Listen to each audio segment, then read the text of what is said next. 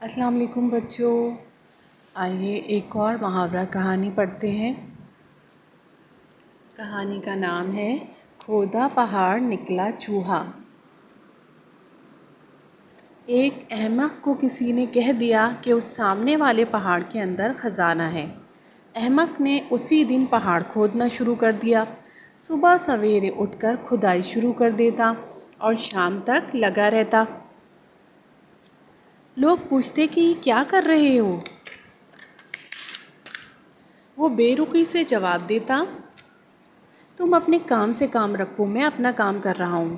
لوگ اس کی حماقت پر ہنس کر چپ ہو جاتے کہ خزانے کی تلاش میں مفت کی مشقت میں ہلکان ہو رہا ہے۔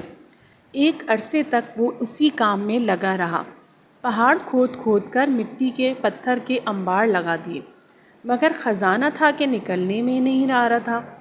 ایک دن بیچارہ احمق اپنے کام میں مصروف تھا کہ اس کی کدال کسی چوہے کے بل پر جا لگی۔ چوہا پھدک کر نکلا اور اس کے پیروں کے بیچ میں سے گزر کر بھاگ گیا۔ اتفاق سے اسی وقت چند آدمی ادھر سے گزرے۔ ان میں وہ شخص بھی تھا جس نے اسے خزانے کا پتہ بتایا تھا۔ اس نے پوچھا، سناؤ بھائی، کچھ نکلا؟ ہاں بھائی، ابھی ایک چوہا نکل کر بھاگا ہے، احمق نے جواب دیا۔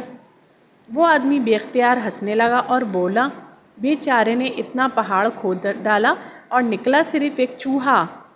یہ محاورہ اسی لیے مشہور ہے کہ جب کوئی بہت محنت کرے مگر کچھ حاصل نہ ہو یا بہت تلاش کے بعد معمولی سا نتیجہ نکلے تو کہا جاتا ہے کھودا پہاڑ نکلا چوہا۔